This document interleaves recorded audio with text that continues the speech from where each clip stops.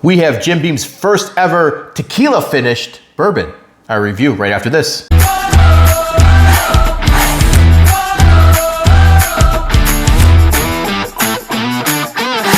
Everyone, welcome back to Bourbon Bumps, presented by Greene Valley Wine Spirits, 344 Commons Drive, Bolingbrook, Illinois, HBIC. Once again with the Dram Daddy. You can follow him on Instagram at the Dram Daddy. And we got something really cool and unique here. The second release of Booker's Reserve. Yep. That you got us from your time down in Kentucky. Kentucky Bourbon Fest. So, I usually go to Kentucky Bourbon Fest. I come home with a bunch of things that I probably don't need, but I want. And this was one that I was really excited to get. I'm a big fan of James Beam and everything that they do. I got last year's reserve, which was actually, I got it after the end of last year, so it would have been in contention for whiskey of the year for me personally had I got it in 2024. I didn't, but I'm not mad at it. It's still fantastic. But I was really excited about this. I mean, it's the first time they're actually doing a Booker's in a finished barrel, and it's in tequila, which I love tequila. We do tequila reviews, bums, right? We do the tequila bums.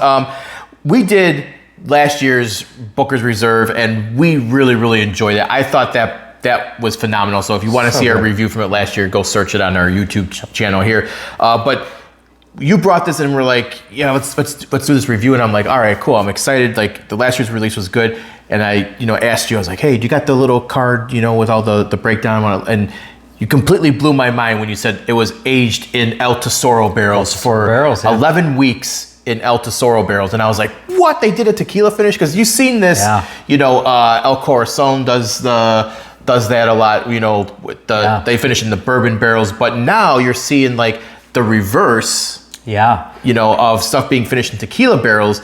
And I'm wondering how much of the agave I'm going to get in this. Well, I want to say I believe it's El Tesoro that actually finishes a añejo in Booker's barrels. Oh. So this is kind of like a reverse process for them. Little barrel share. Yeah, little barrel share. Yeah, I like that. Which is really cool. And again, there were a lot of people that, I've already seen instant reviews about this bottle. Even before it came out, people were upset because they were like, Booker's Reserve 2024 was so fantastic. People were up in arms saying like, well, if it ain't broke, don't fix it, right? Yeah. And we talked about this on, previous reviews. I like when some of these legacy distilleries try to take chances and they go out and they try to expand beyond what they normally do. Like I think like Beam is a great example of they keep consistent, they stay in their lane. You've got your Bookers, you've got your Knob Creek, and they stay true to they're bakers, right? They stay true to who they are. It's a little bit different. Yeah, I'm excited. So, so this is, this guy's coming in at 123.3 proof. So seems a little lower than normal Booker's, releases. Lower, but that's okay. I'm not gonna hate on that. MSRP is $130 on this, and it says on here the age is 8 years, 10 months, 11 days. But we all know that's not the most accurate thing, because there is a blend of 8 to 14 year, and we're going to pop it up on the screen with the little card that you get from it, so you can see all of the nice little fancy minimum 8 years. Yeah, minimum of 8 years. You gotta say it's 8 years, but it's a nice 14 year in there. So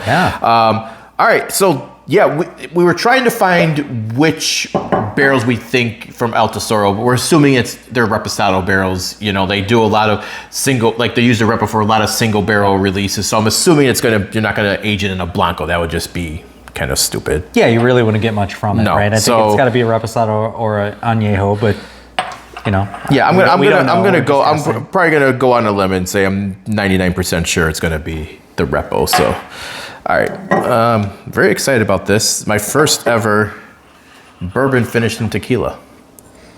Oh, you've never done a tequila finish? No, I never have. This is my first one. So little ethanol on the nose right away. Which, I mean, it's a Booker's. Yeah, it's I wouldn't expect. If I didn't get that, I would be disappointed. I wouldn't expect anything less from Booker's. Like if it doesn't blow out your nostrils, burn some nose hairs. I always keep the Glen a little bit further away when I do a Booker's, because it's probably a smart idea. Man, it's sweet vanilla. Yeah. It's like a custard, like a cream, like frosting. It is sweeter, yeah. Yeah, vanilla caramel. Maybe a little chocolate on there too. Yeah, I could get like a little bit milk chocolate. Yeah. So we're about to taste this, but I'm really hoping that I get some of that nice cooked agave flavor on that. That's gonna be a good selling point for me. Now it is 11 weeks. You know, we see when they do like the bourbon finishing, you know, that they'll do it like up to 2 years, like, or they use other barrels, right? They use it, you know, 18 months, 24 months. You know, this is only 11 weeks, so we'll see. I'm kind of curious to see how much of the actual like agave that we're going to get in this.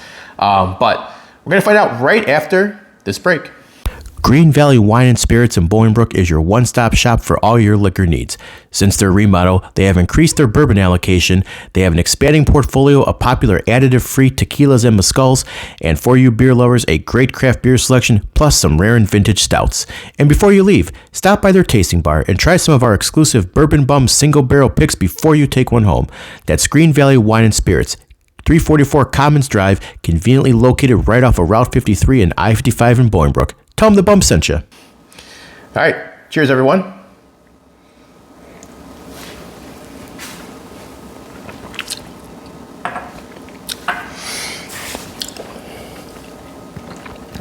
Okay, definitely got the peanut from the Booker's. Booker's heat right away. Heat, peanut, and I did get a little bit of the cooked agave in the front of it. Then it just finishes with peanut, and that peanut lingers for me. Yeah, I'd agree. It's like peanut brittle, right? It's a little bit drying on the back end. You get it's like peanut brittle, right? Yeah, where it's like you get that up front, but then like even with peanut brittle, kind of dries out a little bit of baking spice, you know. Yeah. But the finish is just pure peanut. But in the front though, you do get some of that nice it's like a sweeter, smoky. Yes, it's a little smoky, cooked agave, sweet, smoky.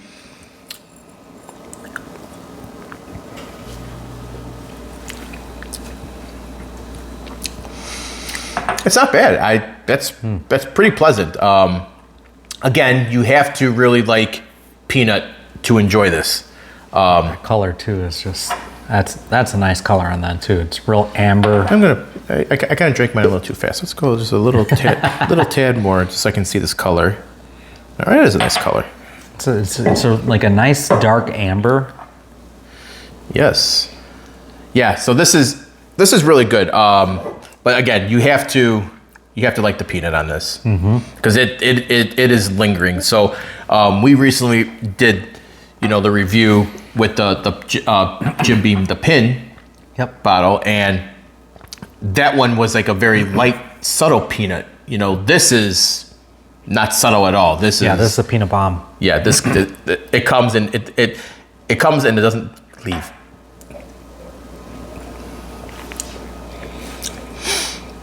But yeah, it's the front. I think I like the front of it more than I do like the back, because I wish the peanut didn't linger as long as it did.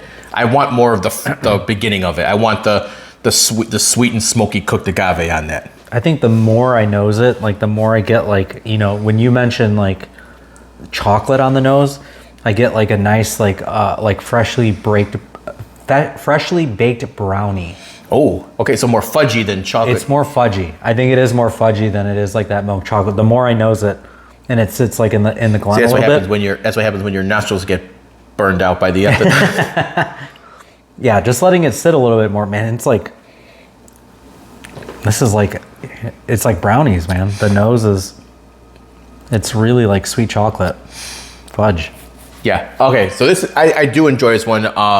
I would be curious to put this up against last year's release, because I remember last year's release was so phenomenal that you know, obviously you can't compare a normal Booker's release compared to one that's finished in tequila barrels, right. But I'm still curious to see what how those two would compare side by side. But let's give it a grade. What do we think of this one? Whew, man. You know, and I think you brought up the point. I'm thinking of last year's Booker's Reserve too, and that to me would have been in the 9s. That was probably one of the best whiskeys I've had all last year. And like I said, had I had it in 2024, like when I do my whiskeys of the year, There's a couple stipulations. I have one, I have to own it. You know, it's not something I just try. Okay. 2, it's got to be I tried it within the year that it came out and released, and that would have been 2024, but I got it after 2024. But keeping that in mind, I would say it is very good. I don't know if it beats the 2024. Yeah, I think 2024 was just, that was really hard to beat. I think it's unfair to compare it, but you know, but you kind of do because they are both the Booker's Reserve. It's the second iteration. Oh man, I would probably say this is a solid 8.3, 8.4. I'm giving it an 8.2. Okay. So we're in the same ballpark. Yeah. Wow, for once I'm a little higher. Yeah, you're a little higher this one. Yeah, I think it is very good I do enjoy the front of this. The back is just too much lingering peanut for me. And that kind of just I do love. That's the thing with I do love the bean peanut. Yeah. You know, it is, but I like it like little subtle. Yeah. And then go away. This is making me, you know, and it's just lingering with some of the baking spice too, where, you know, it's definitely gonna be something that takes you a while to sip on. I'd agree. I mean, if you're not a fan of beam, then this is definitely one that is like super beamy. Yeah. and if you're a big tequila fan, you're gonna probably be disappointed in this because you don't get the cooked agave is just very minimal in the front, and then it dissipates. I think it's a nice, it adds a little bit of a nice balance to the Booker's profile where, you know, you're going to get a lot of that spice, that high rice spice. You're going to get a lot of that heat because of the proof, you know, which you typically get in Booker's. So I think you get like a little bit of that agave, that like the sweetness of the agave that like offsets a little bit of it. But you're right, it is like, it's totally up front. And then as soon as you get to that finish, it is straight beam. Yeah. And I love beam, so I'm not mad at it. But again, if it's not your profile, if that's your thing. Yeah. And that's why I'm curious to know, like, if they maybe did this 6 months, you know, I think maybe even 3 months. Maybe, yeah, a little bit longer, I think would have been interesting to see. Yeah, because 11 weeks, you know, is kind of short. So, you know, give me at least 3 months. You know, I would say between 3 and 6 months might be like that sweet spot for like a tequila finish. But I don't know. Like I've never really done many tequila finished bourbons before. So this is my first time into it, and next time I see one, I'm gonna have to see how long it was finished for, and can try to compare it if it was more than 11 weeks or not. So I've done a couple, and I will say that this probably it doesn't have the sustained tequila profile in it as much as some of the other ones I've tasted. You know, I've tried a Sagamore rye that was finished in tequila, and I think it was finished on añejo, and that was a little bit more pronounced. Like you could get a little bit more of the tequila on there. I can't think of the other one that I had, but yeah, this one is, I agree. It would have been interesting to see if they did age it a little bit longer in the tequila barrels, but again, like, I love beam, so this is solid for me. Yeah, if you like beam, you're gonna love it. I do like this, but again, my only sticking point was the lingering peanut. All right, so that is our review of Jim Beam's Booker's first ever tequila finish, and not bad. But all right, until next time, Bourbon Bums presented by Greene Valley Wine and Spirits, 344 Common Drive, Bolingbrook, Illinois. Stop and tell them the Bum sent you. We'll see you soon. Cheers.